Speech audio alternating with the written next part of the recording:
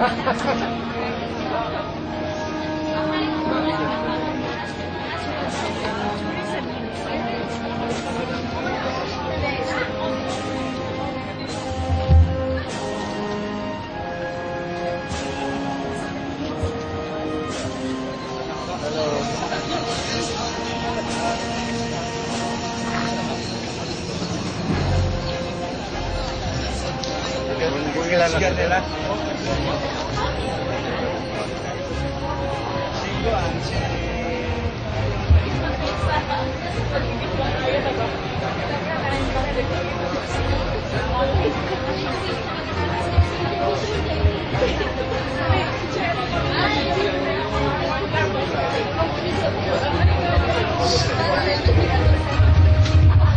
would like to acknowledge the arrival of our guest of honor and speaker, the Commander, 1st Infantry Tarag Division, Philippine Army, Brigadier General.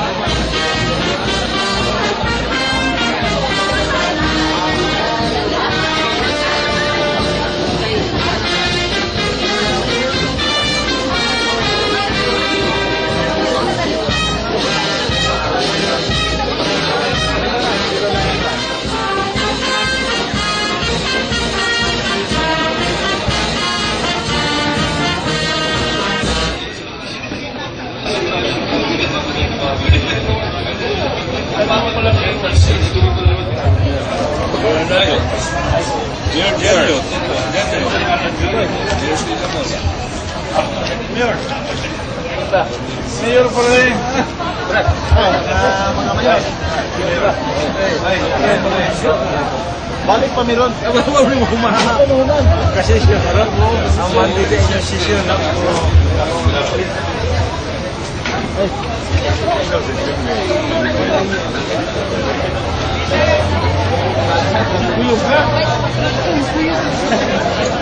Dapat berdua.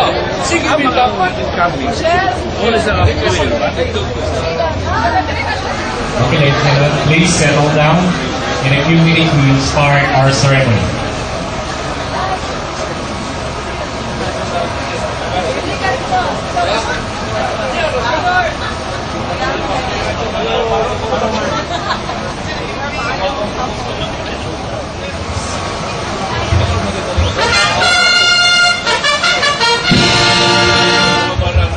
Ladies and gentlemen, the entrance of troops of the 3rd Light Armor Battalion, Light Armor Division, Philippine Army, and the troop commander and staff.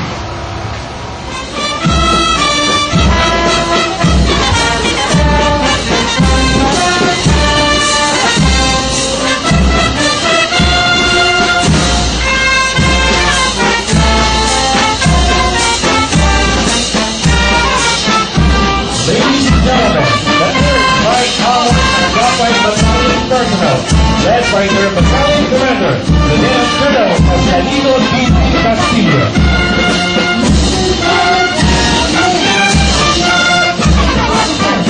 Led by Romeo Tapia, battalion S1 and S2.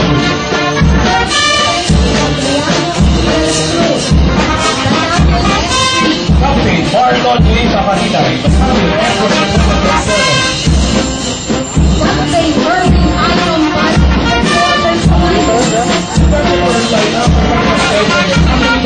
Captain Juliana Quesada.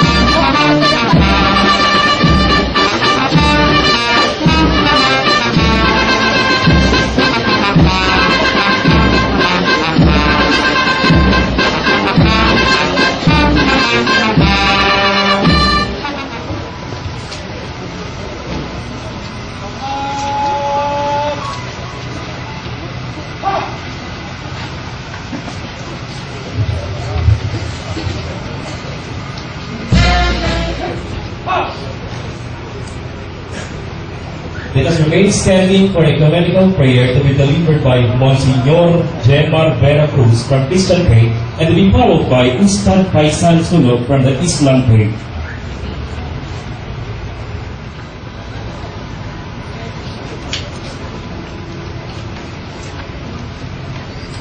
Let us place ourselves in the loving presence of our God.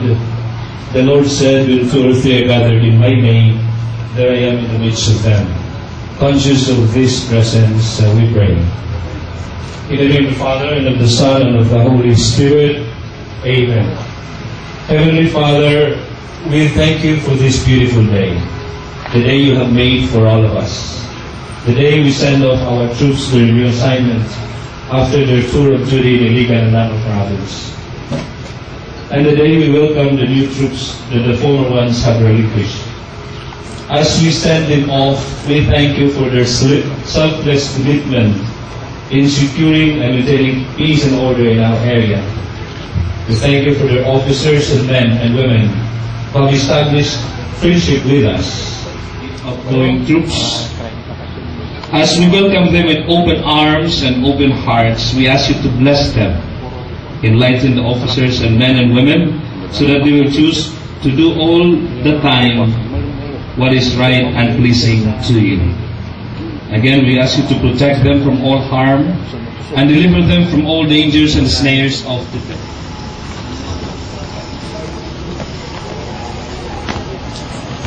The troop commander will now report to Brigadier General Noel A. Caballes, Armed Forces of the Philippines, for the completeness of the troops.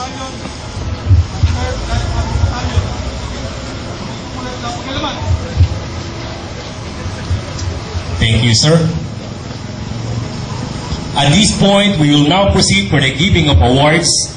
May I call in Lieutenant Colonel Angel I. Madarang, Infantry General Staff Corps, Philippine Army, Commanding Officer of the 43rd Infantry Research Battalion, 8th Infantry Division, Philippine Army, to please proceed in front to receive the awards. May we request Brigadier General Noel A. Caballes, Armed Forces of the Philippines, Commander, 1st Infantry Division, Philippine Army, to give the awards and to be assisted by Colonel Aldred L. Limoso, Commander. Headquarters, 1st Infantry Tabak Division, Philippine Army, Kuta Major Cesar L. Saman, Upper Pulacan, Labangan, Zamboanga del Sur. The Tabak, born of steel and tempered by fire and water. It stands for authority, vigilance, and bravery. The indigenous weapon used by our forefathers to defend our country's freedom and sovereignty. It symbolizes the finest tradition of Filipino soldiery. Is hereby presented to Lieutenant Colonel Angel I. Madarang, O-10499 Infantry, General Staff Corps, Philippine Army, in grateful recognition for his invaluable services rendered to the 1st Infantry Tabak Division, Philippine Army as Battalion Commander of the 43rd Infantry Research Battalion, 8th Infantry Stormtroopers Division, Philippine Army placed under Operational Controller OPCON to the command from 19 August 2008 to 13 July 2011, which greatly contributed to the successful conduct of internal peace and security operations in the province of Lanao del Norte. Given this 11th day of July 2011 at Iligan City Seaport, Barangay Poblacion, Iligan City. Signed, Noel A. Caballes, Brigadier General, Armed Forces of the Philippines, Commander. Headquarters, 1st Infantry Tabak Division, Philippine Army, Kuta Major Cesar L. Saman, Upper Bulacan, Labangan, Zamboanga del Sur. The command flag is hereby presented to 2011 Iligan City Seaport, Barangay Poblacion, Iligan City. Signed, Noel A. Caballes, Brigadier General, Armed Forces. We call in Colonel Aldred L. Limoso, Cavalry General Staff Corps, Philippine Army, Commander, 2nd Mechanized Infantry Brigade, Light Armor Division, Philippine Army, to introduce our guests of honor and speaker. I'm going to be introduced formally later. Our Mayor, Iligan City, Honorable Mayor Lawrence Cruz, our Vice Mayor, Honorable Mayor Lee, and the Commander of 103rd Brigade, Colonel Dan Lucero.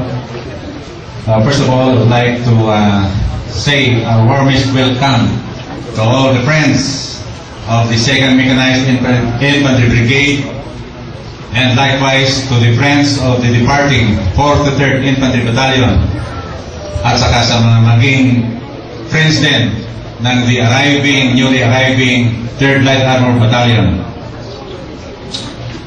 Also, may I recognize some of our distinguished guests, Honorable Noel Dianio, Mayor of Linamon, Honorable Romel Arnado, Mayor Elias Ali, the representative of Honorable Mayor Hanifa Ali of Baloy,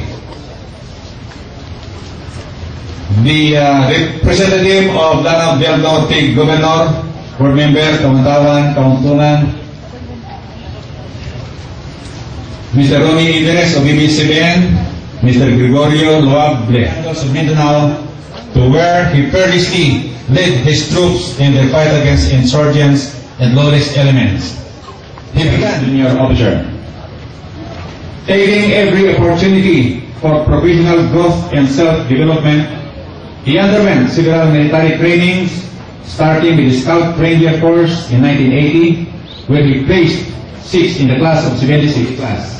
The Basic Airborne Course in 1996, Military Scuba Diving Course, and Command and General Staff Course at the Training and Doctrine Command, Philippine Army in 2000. We are classmates, sir.